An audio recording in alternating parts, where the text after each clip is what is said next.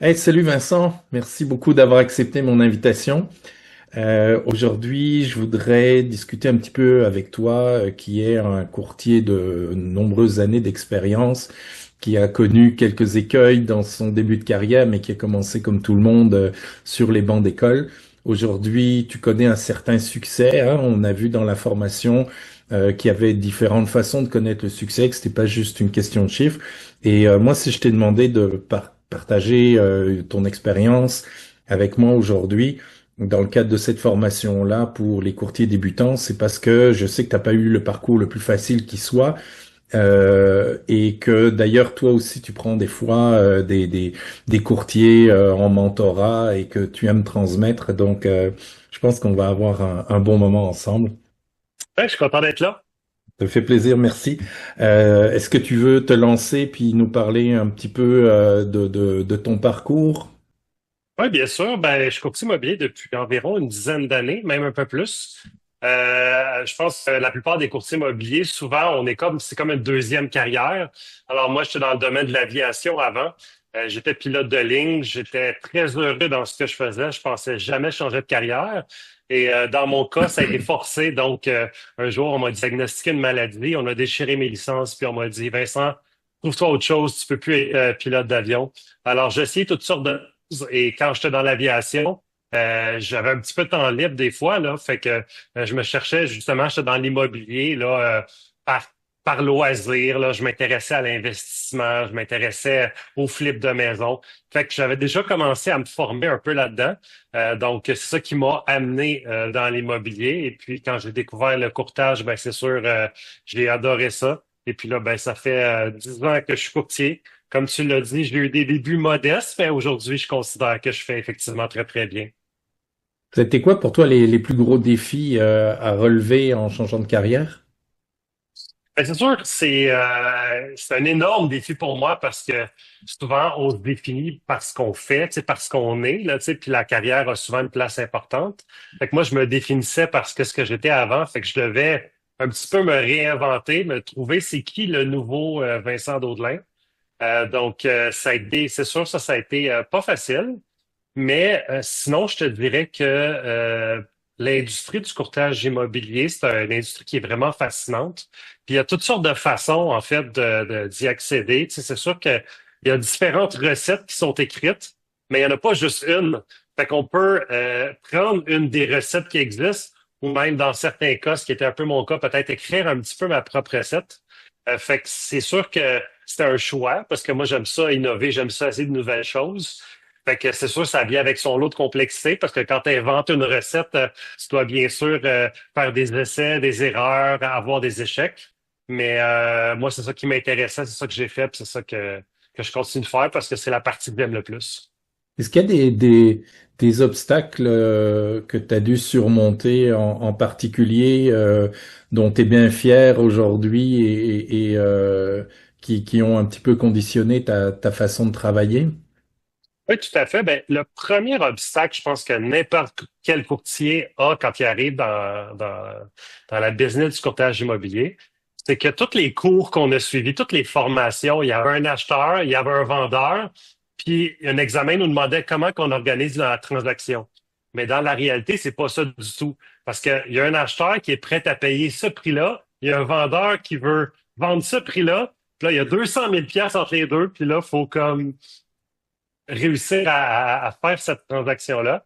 Fait que le premier grand défi, je pense, de n'importe quel courtier, c'est d'aller se chercher des clients.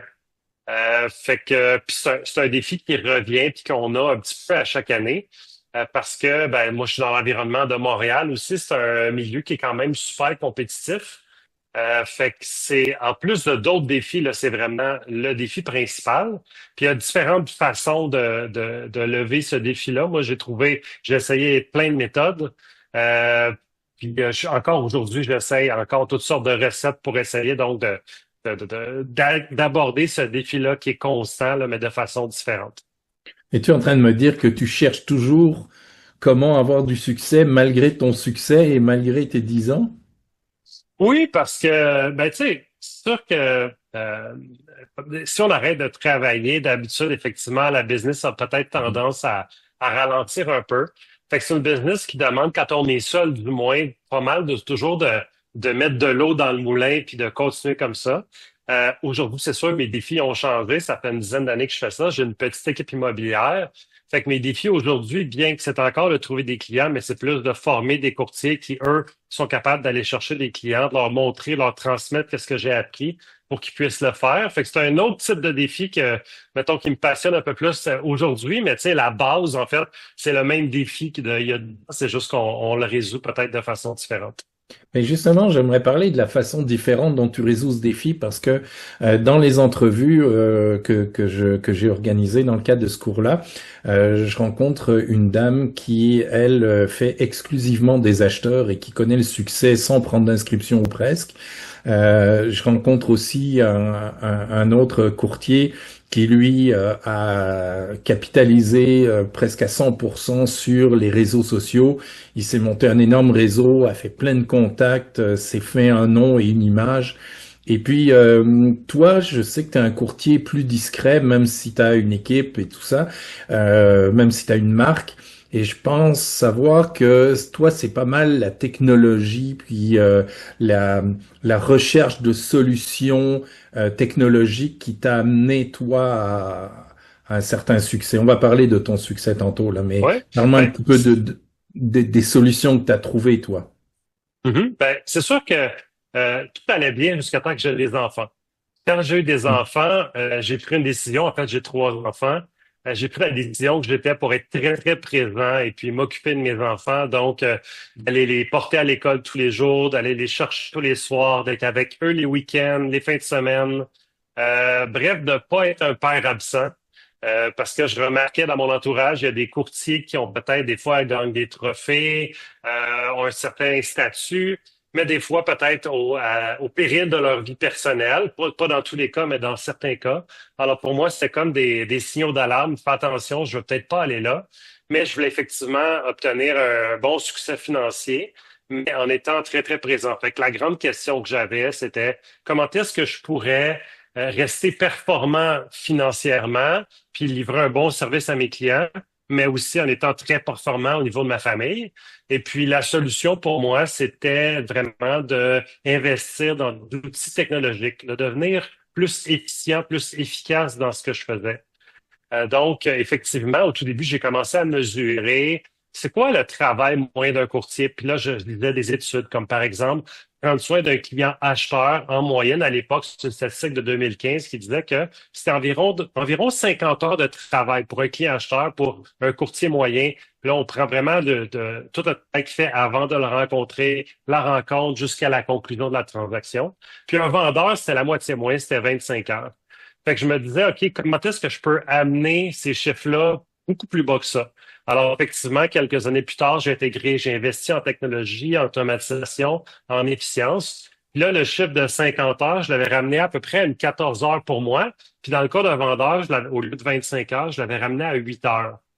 Fait que vraiment, j'avais misé sur l'efficience en investissant dans les technologies parce que si on prend un pas de recul, puis que supposons que vous avez quelqu'un au-dessus de vous qui regarde qu'est-ce que vous faites à longueur de journée, surtout il y a quelques années, le courtier immobilier, qu'est-ce qu'il faisait, c'est qu'il y a beaucoup de tâches qui étaient à valeur non ajoutée, qui étaient du recopiage d'informations, hein. Juste encore aujourd'hui, dans une transaction immobilière, je pense qu'il y a à peu près 12 fois où on va recopier dans différents systèmes le nom, l'adresse, le numéro de téléphone d'un Mhm. contact. Ça va venir, par exemple, il va rentrer dans notre courriel, après ça, peut-être dans notre CRM. Éventuellement, il veut faire une transaction, on va le mettre, mettons, dans Matrix. Après ça, on va peut-être le recopier dans Authentisign. Bref, puis après ça, on va faire la web plus tard. Fait que, bref, tous ces opérations-là, ben, ça prend quand même beaucoup de temps. Et puis, ben, il y a des petits robots qui peuvent faire ça pour nous. Donc, effectivement, beaucoup plus tôt, j'ai commencé à programmer des robots qui m'aidaient à être beaucoup plus efficient dans ce que je faisais. Là, je te donne l'exemple de juste retransmettre par contre un contact, mais j'ai même aussi programmé à un certain moment des robots qui faisaient de la prospection pour moi. Donc, qui faisaient des téléphones, qui envoyaient des courriels, des textos, qui donc faisaient de la conversion de clients pendant que moi, peut-être, j'étais sur mon oreiller en train de dormir ou en train de jouer avec mes enfants un dimanche après-midi. Ok, mais là, faut pas lancer le message non plus que les petits robots, ils font la job du courtier, parce que j'imagine qu'une fois que le contact est établi, puis que le lead est là, c'est directement le contact humain, là, je te connais, non? Oui, non, c'est ça, ça remplace pas. C'est un outil qui vient t'aider, comme un ordinateur vient t'aider à être performant. ChatGPT vient t'aider à rédiger des textes de façon plus rapide. Comme un vélo t'amène sur une longue distance de façon beaucoup plus efficiente que si tu marchais. Alors, tous ces outils-là, ça vient pas remplacer notre travail, mais ça vient permettre de faire plus avec le même temps qu'on a. Ok, j'aime ça. Et ton succès, alors, toi, tu le définirais comment à travers ces méthodes et ces expériences? Mhm. Ben, c'est sûr que pour moi, effectivement, bien sûr, bon, je suis chanceux, j'ai quelques trophées, mais c'est pas mon objectif à la fin de l'année d'avoir comme le plus gros trophée possible ou quelque chose comme ça. Moi, dans le fond, qu'est-ce qui compte pour moi, c'est d'avoir un peu cette liberté-là que j'ai. Euh, cette business-là, ce qui est vraiment le fun, qu'est-ce qui est vraiment gratifiant, c'est que je peux décider un matin que ça me tente vraiment pas de travailler puis d'aller partir faire de la voile ou d'aller passer une journée avec mes enfants. Ou quand c'est l'hiver, des fois, je décide, ah, ben, je vais faire une journée de ski ou je m'en vais au spa. Bien sûr, je travaille, j'aime ça travailler, mais j'ai cette flexibilité-là de faire à peu près ce que je veux, à peu près quand je veux. C'est ça, c'est une grande réussite pour moi. Puis c'est ça que je vivais, c'est cette liberté-là qui est parfois inatteignable.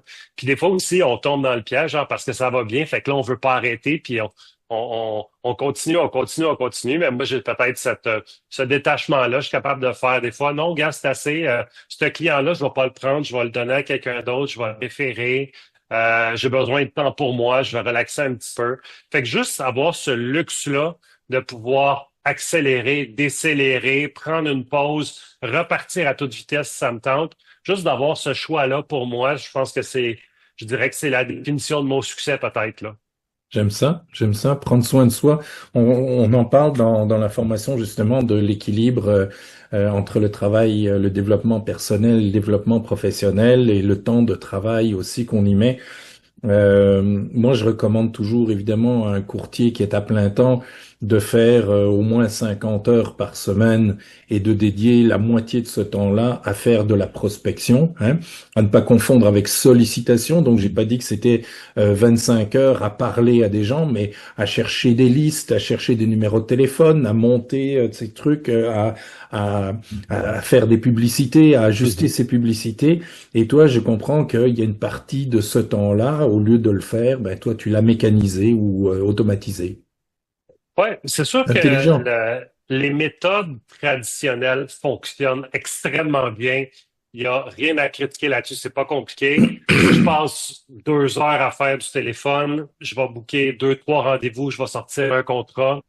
Fait que juste avec ça, c'est sûr que Moi, en fait, quand j'ai commencé, je faisais 2 heures par jour de prospection, 5 jours semaine. Donc, du lundi au vendredi, de 9 heures à 11 heures, c'était mon horaire.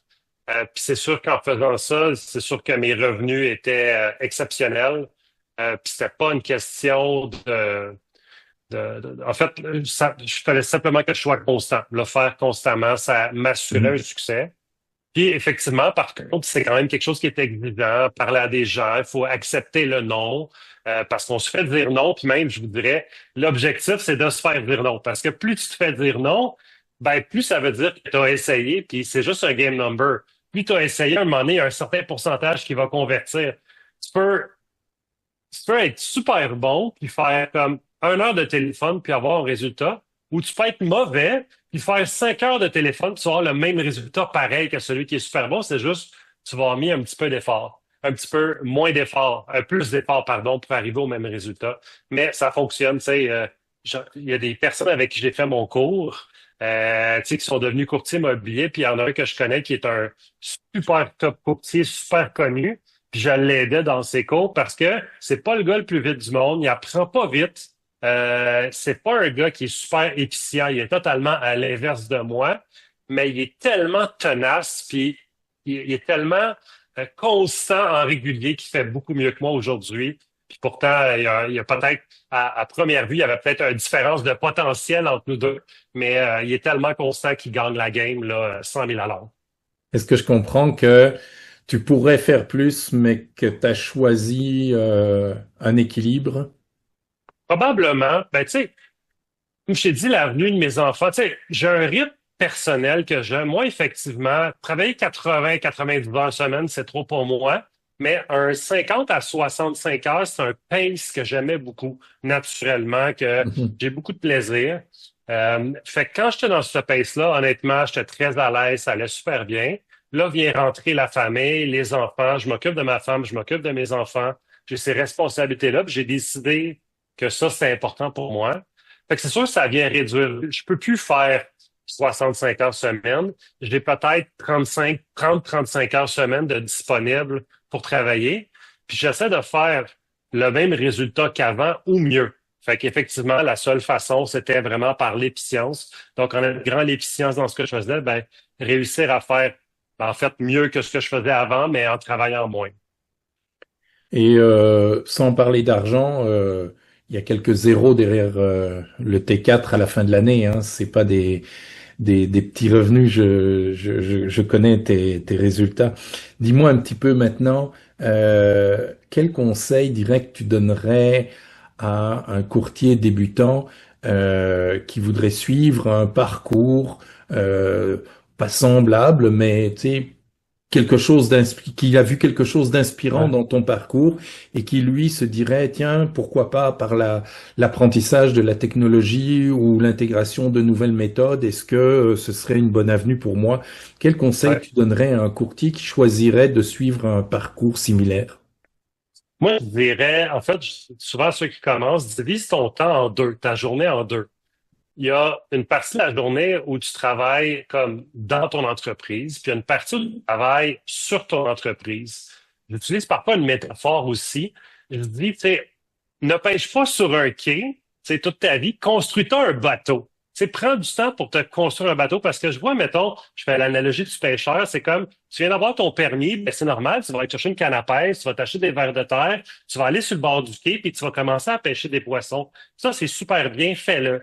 Mais peut-être à partir de, fais-le le matin, mettons, puis à partir de midi, laisse ta canne à pêche là, puis là, ben, va-t'en dans le chantier naval, puis va te construire un bateau. Ça va prendre du temps, ça va donner investissement, mais ce bateau-là, c'est un outil qui va te permettre un jour de partir au large, de tisser des filets de pêche pour peut-être être plus efficace puis ramener un grand volume de poissons. Fait que moi, c'est un conseil que je donnerais à ceux qui commencent. Euh, Tombe pas dans le piège de oui, fais-le, là, fais travail fort, commence, puis fais tes appels, fais les choses, mais garde-toi un petit peu de temps pour, comme dans le futur, qu'est-ce que ça va être. Parce que je vois, effectivement, si tu t'automatises pas, si tu travailles à l'ancienne, c'est bien, ça fonctionne. Tu vas faire des bons revenus, tu vas pouvoir aller chercher le succès. Par contre, dès que tu arrêtes, ben, tu sais, tout arrête. Fait que, après, tu sais, 4, 5 ans, c'est le fun, mais des fois, après 7, 8, 9, 10 ans, ça commence à être épuisant. Puis des fois, tu te dis, ah, j'aimerais ça justement, prendre du temps pour moi, arrêter, prendre des vacances. Tu sais, j'ai engagé, ben, tu sais, j'ai déjà fait du coaching avec toi plusieurs fois et j'ai en ce moment une coach que j'ai engagée. Puis la coach que j'ai engagée, c'est parce qu'elle, à part 6 mois par année, elle est au Mexique. Elle a une maison au Mexique, puis elle a une maison en Alberta. Puis 6 mois par année, elle est au Mexique, elle gère son équipe, puis l'autre 6 mois est en Alberta, puis elle gère son équipe. Fait que c'est d'apprendre à faire ça. Mais pour qu'elle soit capable de faire ça aujourd'hui, c'est parce que justement, elle s'est créé un bateau, une bonne infrastructure qui lui permet d'avoir ce style de vie-là. Fait que moi, c'est ce que je dirais aux gens. Commence à y penser, garde pas du temps, pense à tes système, utilise un CRM, essaie de trouver quand tu vois que tu fais souvent la même tâche, essaie de te demander est-ce qu'il y a des façons, il y a des choses qui pourraient me rendre plus efficace. Est-ce que je peux engager un adjoint administratif? Est-ce que je peux construire un petit robot? Parce qu'aujourd'hui, c'est quand même plus accessible. Là. Moi, j'ai aucune Mhm. expérience en technologie. Je vais juste regarder sur YouTube, sur des vidéos, puis je fais des recherches. Encore plus facile, aujourd'hui, on a ChatGPT. J'ai tel problème, j'aimerais le résoudre. Qu'est-ce que tu me proposes? Puis même des fois, il peut écrire un programme, puis hop, OK, puis ça fonctionne. Je vais vous donner un exemple, mettons, très, très concret, tu sais, ceux qui ont commencé à travailler. Des fois, tu as des visites, tu sais, mots contact. OK, j'ai une confirmation de visite. Là, c'est facile quand t'en as une, mais quand on a 5, 6, 7, 8, 10 par semaine, 20 par semaine, il faut que tu apprennes à gérer ça. Fait que, nous, on gère ça, par exemple, avec un calendrier qui est un calendrier Google. Tu sais, on pouvait choisir n'importe quel calendrier. Mais on passait à chaque semaine, à chaque fois qu'on a une visite confirmée, ah ben là, il faut que j'aille la copier dans mon calendrier. Ah ben là, il faut que j'aille la copier. Fait que là, on a créé un robot qui regarde nos courriels et qui fait comme à chaque fois que tu as une confirmation de visite, tu l'ajoutes dans notre calendrier, puis tout est tout déjà ordonné. Le numéro MLS, l'adresse, le parcours pour se rendre, à quelle heure on doit partir. Puis tout ça, aujourd'hui, j'ai plus besoin d'y penser, ça se fait de façon automatique. Fait que c'est un petit exemple des fois de façon que tu dois penser. Est-ce que si tu fais souvent la même chose, est-ce qu'il y a une meilleure façon de faire? Ça va juste te permettre de te construire ton bateau qui va te permettre de partir au large un jour, puis de ramener une grande quantité de poissons avec moins d'efforts. J'adore cette analogie avec le bateau et le quai. Tu me l'avais déjà raconté et je suis content que tu en aies parlé parce que c'est vraiment, vraiment une belle image. Et pendant que tu en parlais, je pensais à un courtier qui se dit, tu sais, il y a beaucoup de monde qui pêche à côté de moi sur le quai. La compétition est féroce. Peut-être que si j'allais passer mon commercial, je pourrais aller pêcher un peu plus loin. Donc, ouais, très belle analogie. Et écoute, je voulais une entrevue de 15-20 minutes, une demi-heure. Je pense qu'on a dépassé un petit peu, mais d'abord, merci pour ton temps, puis merci pour ton partage. Une dernière question pour terminer ensemble. Comment tu vois l'évolution de l'immobilier, du marché, de l'industrie, toi, de ton point de vue à toi? Mhm. Ben, c'est une industrie très conservatrice qui bouge vraiment pas vite. C'est un gros bateau qui bouge doucement. Fait que ça, c'est la bonne nouvelle pour ceux qui n'aiment pas le changement. Pour ceux qui aiment que ça change pas trop vite, c'est très relax. Moi, à l'inverse, tu sais, mon esprit est comme ça. Je suis toujours dans le futur. Je suis toujours en train de me demander qu'est-ce qui s'en vient. Y a-t-il des nouvelles technologies? Y a-t-il des nouveaux outils? Y a-t-il une nouvelle façon de faire? Puis c'est sûr que c'est pas arrivé souvent, mais les dernières années, on a vécu quand même on va dire des grands changements. Le renouvellement de la loi sur le montage immobilier en juin 2022 est venu changer plusieurs choses. L'OACQ a émis des nouveaux articles, des nouvelles façons de faire, puis encore aujourd'hui, là, on en a encore reçu. Fait que, il y avait des lois qui ont changé, mais ça a pris beaucoup de temps avant qu'on s'adapte parce qu'on essaie d'interpréter puis comprendre, OK, comment ça s'en va. J'étais d'ailleurs à une rencontre de l'OACQ il n'y a pas longtemps. La bonne nouvelle, c'est que les prochaines années, ça va plus être de la consolidation. Fait qu'il ne devrait pas avoir trop de changements de ce côté-là. Par contre, comme vous voyez, l'intelligence artificielle est à nos portes, est arrivée. Puis, il y a une chose que je me dis, c'est que je pense pas que l'intelligence artificielle va remplacer le courtier immobilier. Par contre, il y a des courtiers immobiliers qui vont performer parce qu'ils maîtrisent l'intelligence artificielle, puis il y en a qui vont en arracher parce qu'ils la maîtrisent pas. Donc, je pense que c'est important. Effectivement, ma perspective, c'est de se tenir. Moi, je me tiens au courant de qu'est-ce qui s'en vient. J'aime ça sortir ma tête du sable, puis de regarder qu'est-ce qui s'en vient au loin. Puis c'est très facile pour nous parce que souvent, ce que je remarque, c'est que les changements ont souvent lieu aux États-Unis, puis s'en viennent au Canada 4, 5 ans plus tard. Fait que tout ce que j'ai à faire, grosso modo, je surveille qu'est-ce qui se passe aux États-Unis, puis je vois qu'est-ce qui se passe là-bas, puis je suis capable d'anticiper quelles vont être les répercussions dans 2, 3, 4, 5 années. Fait que c'est pour ça, entre autres, une des choses que je fais, j'aime ça me rendre à des conférences immobilières à l'international. Je m'en vais la semaine prochaine, je m'en vais à Copenhague, mais ça, c'est pour l'architecture.